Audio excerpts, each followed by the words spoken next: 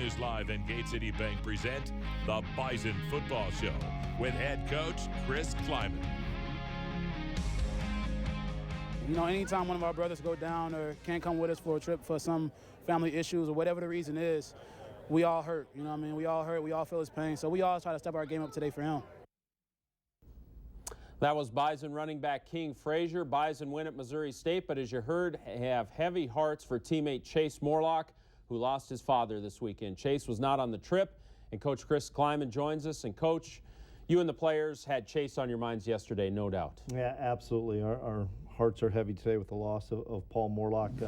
Great man, what a great family. And you know, it was a difficult week for everybody. I was so glad that Chase had the opportunity to stay home with his family. There's more important things than football, and that's what I told the guys. Family is the most important thing, and all our guys will be there for Chase, and Chase is a Bison. He's the epitome. Yeah. If you looked up North Dakota State football, you'd see a picture of Chase Morlock, and so all our guys will be there for Chase, and our prayers are with Chase and his family. No doubt. Now, for the team, it did impact the fullback position, and talk about how you kind of rallied that together for the team this week. Well, great job by our offensive staff and Tyler Roll. We used a bunch of tight ends. We used Caleb Butler, who had been a defensive lineman, and brought him over to fullback, and did all this really on Friday. So, but it was going to be hard to beat the Bison yesterday because they were playing for 25, and just so pleased with how the guys responded, and our football team. We told them our character would be challenged yesterday, and it was, and our leaders rose to the top. Let's roll the tape. The first half from Springfield, Missouri. Boy, fantastic weather, and the Bison won the toss again for the second straight week. And you know, I thought early they used a lot of boundary plays. They were trying a lot of bubble screens. They have some skill players. They have great skill players, and they try to get you in space. And we did a nice job as this drive finishes up of holding them to three. But they do a nice job in this first drive. So a 3rd and 12 coming up here, and Greg Menard showed great speed off the edge. Yeah, great play by Greg, pushing the tackle upfield and coming underneath and getting a big sack. So you force a 50-yard field goal. That's a win for the defense. A nice kick by this kid, though. Yeah, he does a great job. There was just a little bit of wind that way, and so he had plenty of room. Well, they got pressure on Easton in the first half. He took some hits early on in this game, didn't he? Yeah, I thought they did a really good job with their front four, just rushing as well as disrupting some of our run game. And it took us until the second half really to figure them out. Well, Matt Palenka had a fantastic day. Great pursuit and technique on this tackle for loss. Yeah, great job. Happy for Matt. Our defense had a great day in general. Late first, you have some bad field position. Easton gets hit once again, but he gets the ball up in the air, and what a play by RJ. You throw it up anywhere into 16's range and vision, and he's going to find a way to make a play, and great job flipping the field for us there.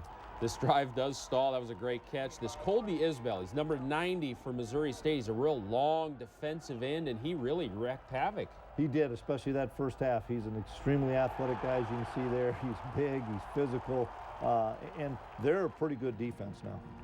So in the second quarter now, after 3 and out, the Bison put a drive together, 17-yard pass here. Yeah, great play. We were behind the sticks. We were 2nd and long, and ended up getting a 4th and 1, and we were going to go for it because we needed some momentum. Well, it was hard to run the ball early, but the runs started to come here in the second quarter. Yeah, it just took us a while to figure out some of the formations that we wanted to run the ball out of, and I was so impressed with King Frazier all day yesterday. A Missouri guy came back home and had a great game. Cam Peterson, 38-yard field goal right down the middle. You bet. Good to get points here. Nice drive by the offense. Now we're back to a 3-3 game, and we know this is going to be a 4-quarter battle. Well, the Bison only had 6 takeaways coming into this game for the season, but lots of takeaways this weekend. Yeah, I thought it was a really good job by Jalen Allison setting up that he was going to defend the vertical and then sitting in the flat, and he makes a good play. Well, Bruce Anderson, this play is going to get called back, but it shows that he's healthy, has that burst again. Absolutely. This was so great for us to have Bruce back, especially not having Chase on the trip, and a healthy Bruce Anderson makes us a much better team. 3rd and 10, and what a throw by Easton Stick. Yeah, this is a great play, great throw, puts it on the back shoulder, and Shep runs a great route. So it's 10-3 now, second quarter. You get a little separation there. Now you get another takeaway. You see a forced fumble right here. Unbelievable play by Nate Tangway. Unbelievable play to reach his hand out and strip the football before the quarterback's hand is in motion. That is a big-time play by Nate. Yeah, you get great pressure, great push right there. This is a a 3rd and 18. It's going to be an incomplete pass, but this sequence is very interesting because you're forced into a 4th and 18, really in no man's land. And talk about the thought process here. Well, we'd been working quick kick. Really good call by Coach Polasek. We'd thought about a field goal, but I thought we were just out of the range, and a great job by Coach P to suggest it. And Easton, we say get it around the 10. We got it at the 12-yard line, and you're right. It's in that 2-minute situation where if we can get a stop, we think we can get a short field. Now you want to get them off the field, and you do. You force a quick 3 and out. Yeah, great job up front. We're pushing the line of scrimmage. They were not going to run the football with the guys we had up front. Now you're in a 2-minute drill right before half, looking for some points here, and this is a great catch. Yeah, really pleased with how Easton managed this. Great job by Nate Jensen catching one over the middle, and then we're going to find out again over the middle with a great throw, I think, to Shep here.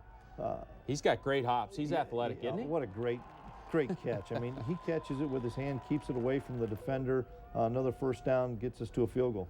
So you don't punch it in, but more points, and that's important. So well, 13-3. Yeah, we needed the 2-score lead at halftime. We probably left some points on the field here in the first half, but it's good to be up by 10. Yeah, 13-3 at half. NDSU has 52 rushing yards, and this is a sign of things to come. Missouri State only had 10 rushing yards. Turnovers, big story in this game as well. Before we get to the second half, Beach, North Dakota native Landon Leckler is on the Bison hot seat.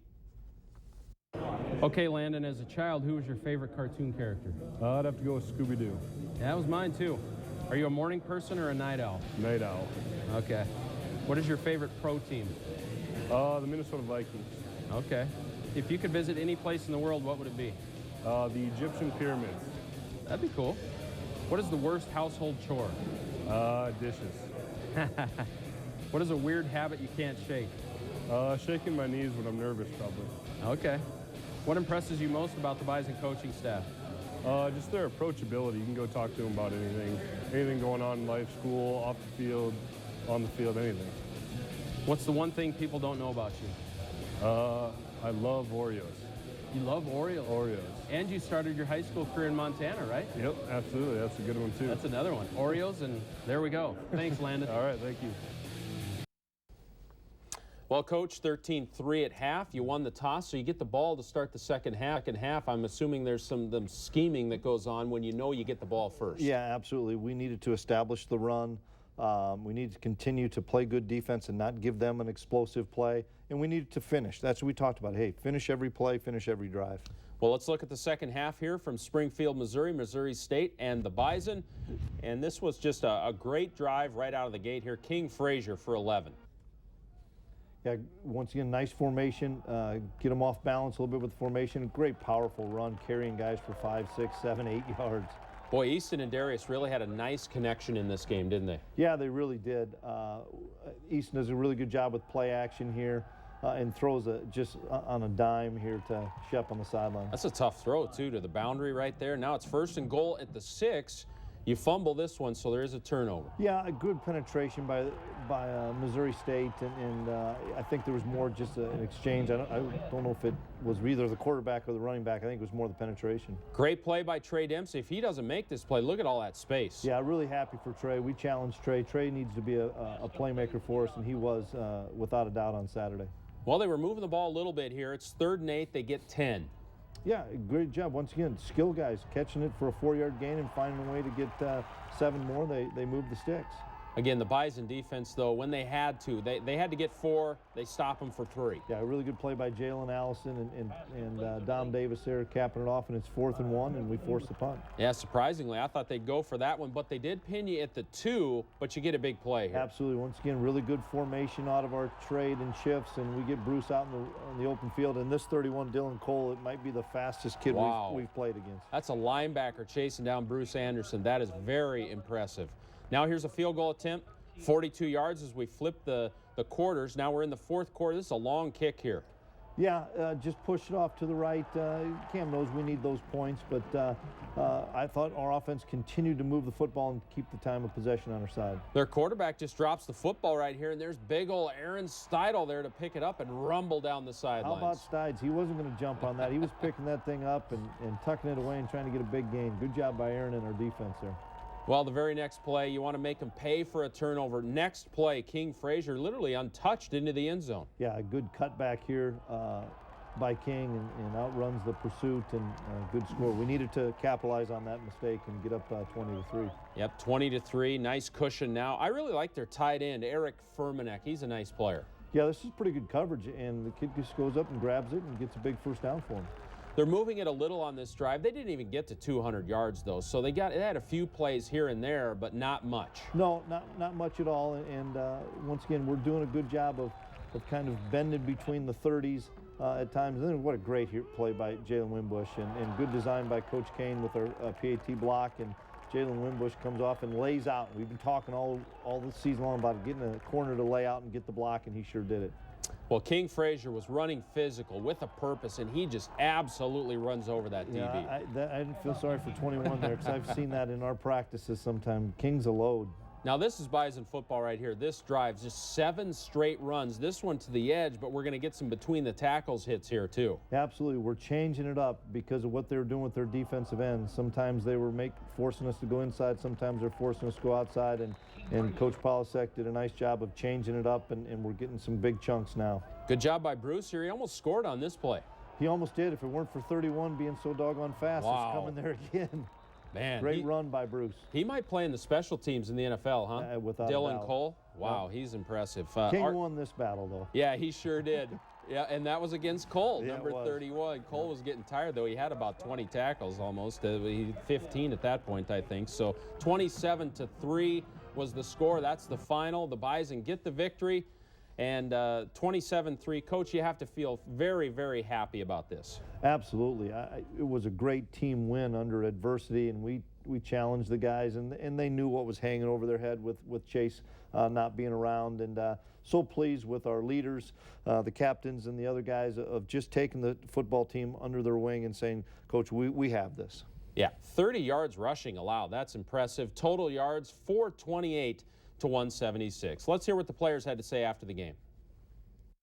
This one feels like a classic Bison victory where we get into halftime, make some adjustments, and come out and dominate the second half. You know, it really hit home with me that Chase wasn't here today, and I just felt like I had to set my game up to another level for him and for what he's going through back home right now. So I just took myself to the next level today, I felt like. All of us know that they started off running, trying to get some outside runs, but our DBs and our linebackers came through right away, stopping them on the line of scrimmage. Then they resorted to passing, and then our DB shut that down. And so at halftime, I think they needed something else to do because passing wasn't working for them. Rushing yards was 26, I believe, and for the whole game. And second half, they came out running, trying to pass again, trying to move the ball quicker. It didn't really work out. They're a very talented football team, and eventually just kind of Bison football took over where we just kept pounding the rock, and eventually they kind of wore down towards the end. We just believe in one another. You know, we stick to the process. We practice hard every day throughout the week. We knew what we had going up against us, and we just took it to heart. And once again, you know what I'm saying, we just kept chasing the back of our minds, and we did it for him.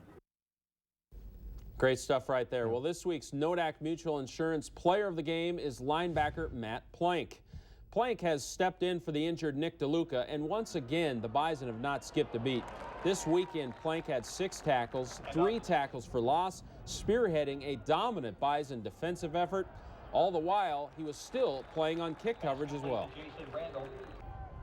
Well, I knew that they were going to get after it in the run game, and that's where I tend to specialize. They take me out in nickel, so I got to get my plays in when we're in bear, and I think I did that today. Well, Coach Matt Plank is playing good football, isn't he? He says he comes out in nickel, but when he's in there, he's really tackling well and doing his assignments. Yeah, he's running the show for us on defense, and he's from Gardner, Kansas, which is only 3 hours from Springfield, so he had an awful lot of family members there, and Matt's best football is still going to be in front of him this year, and we're excited about his progress he's made. How about turnover margin? We're +2 this weekend. You got 4 takeaways. Now, in the Valley, teams are doing well in this stat. The Bison are now a +4. Look at South Dakota State. They're coming up this weekend. They're a +7. What do you think of those numbers? Well, you need to be on the plus side for sure, and then you need to be able to capitalize on those opponents' mistakes, and something that we're always emphasizing on defense and moving forward as we get into the heart of the league. that stat is going to be critical. Yeah, +4 is a good number right there. Now, Ty Brooks, I wanted to talk about him a little bit. He got a chance to return some kicks, did get one opportunity. They kicked it away from him a couple of other times, but then he got some carries late in the game. He runs hard. I really like this kid from Fargo South. Yeah, Ty's an electric player, and he's battled an ankle injury, so this is the first time we've had Ty in about 3 weeks. So there's some things that Ty does exceptionally well, whether it's in the return game, playing some offensive snaps, or just in general on special teams. And it'll be great getting Ty back 100% healthy because, as you can see, he runs hard and he's an electric player. Wow, yeah, he runs through contact. That's very impressive. It's going to be fun to watch him as he moves forward in his career here. Now, standings in the conference, Coach. We look at the conference right now, and the Bison are in great shape. Youngstown State, though, they're kind of lingering in the woods. They're a -1 turnover margin, but they're doing a lot of other things well. Defensively, they're solid. Yeah, it's so early in the season and stuff. We're happy to be 2-0. There's a lot of great football teams that are 2-0, 1-1. There's some good teams like Illinois State that are 0-3. Yeah. So you just never know week to week, year to year what this league is going to bring, and that's why it's so tough every week. And South Dakota State 3-2 now. They lost their FBS game, but they're 2-0 in the conference as well. Yeah, a dynamic offense, great receiver, tight end, quarterback, and they're struggling a little bit on defense for whatever reason, because that's not a typical Stig team. They always are good on defense, so we're going to have our hands full in the Fargo Dome this Saturday. Yeah, we'll talk more about that matchup coming up in our Verizon Look Ahead. Still to come, though, we have our future crop of Bison, Quinn Allo. We'll get to meet him a little bit, and also the new weight room that Jim Kramer has to work with. Stay tuned. Welcome back to the show. We've seen it again this year. The Bison are stronger than everyone else in the fourth quarter. We all know Jim Kramer and his value. The story now is Coach Kramer has a new playground, a new weight room in the shiny new Sanford Health Athletic Complex. In this week's Olaf Anderson Construction feature story, Beth Houle takes us inside the new room. Turkey sets, let us see them. Inside the more than $40 million Sanford Health Athletic Complex, weights are moving at new speeds. Take it up 10. With expanded space and a specific design, the Bison football team is pushing to be better than their best. There's things that we do run a little more efficiently in there now that we do have a new facility, and that efficiency, definitely helps with getting through workouts and time with the student athlete especially. Walking in there for the first time, everything's pretty shiny. And Coach Kramer wanted everything to get as dirty as possible right away. Strength and conditioning coach Jim Kramer is known for pushing the players to their limits. We know how that feels. And then some. Good time, finish up, stay in there. And that's where things haven't changed. In a sense, workouts are workouts. We're not going to, because they're in a new facility, it doesn't make it any easier. The weight's still 40, it's still a 45-pound plate. And the new facility won't change his approach either. There's never a lapse in focus in there. It's constant focus and it's constant keep rolling, guys. Energy in there. And I give him so much respect for bringing that each and every day. There's never a dull moment in there at all. That's it. Known for his loud and direct mentality, get a heavy weight in your hands. Kramer remains much more than meets the eye. Probably take him out of everything here after I leave. Him and I have had a very close relationship off the field, and he's helped me through a lot. I got here, I was a 245-pound basketball player, and he's really been there for me on and off the field. For me, it's seeing those athletes develop as leaders, and they're just mature, not just physically, but I guess you call it mentally or psychologically mature into leaders and kids that can help carry on this tradition that we have here. Reporting for the Bison Football Show, I'm Beth Houle. Well, Coach, this new facility, very, very nice. They have a little more space. There's some running room in there as well where they can do some sprints and some cardio work. So it's really cool in there. It is a state-of-the-art facility. We're so fortunate to have it. Make no mistake, Kramer could get a workout in a garage. But our guys love the facility. And for us in recruiting, it's a step above. And that's something that you're always looking for with recruits. And we're so happy to have the facility. Yeah, no doubt. Well, in this week's Peterson Farm Seed Future Crop of Bison, we stay in North Dakota. The Bison signed 6 kids from North Dakota in this past class. Quinn Allo was one of them. He's a big defensive lineman from Lemoore, North Dakota. Played for former Bison tight end Andy Delabar. Quinn is hungry to learn in this redshirt year, and he has plenty of veterans who can teach him the ropes. It's definitely a year where I'm going to learn how to be a better player and just definitely learn things from the older guys. Like they one thing that's really big, we never count ourselves out. We always go into a game thinking we're going to win, or else you wouldn't play it. So just that mentality that you're going to do your best and you're going to be better, and you're just going to keep the tradition of being a Bison. Well, you got a couple of really good offensive linemen in that class as well, but a defensive lineman with Quinn Allo got a lot of potential. Yeah, Quinn's going to be a really good player for us, and he's got a chance to help us next year as he continues to develop. And he's going against Plankers and Big Zach Johnson and Coonert every day, so it's getting him better and better, and we're so appreciative of Coach Delabar to send us another Bison. Yeah, no kidding. Delabar was a great player for the Bison. Well, coming up, South Dakota State is next. It's the Dakota Marker game. We'll talk a little bit about it in our Verizon Look Ahead. Stay with us. Verizon is the better network and a proud sponsor of the Bison all season long. And in this week's Verizon Look Ahead, it is the Dakota Marker game. It's time for the Jackrabbits to come to Fargo. 2:30 kickoff. And, Coach, this is always a fun game. The players get up for this game, don't they? Yeah, absolutely. It's a great rivalry game for us.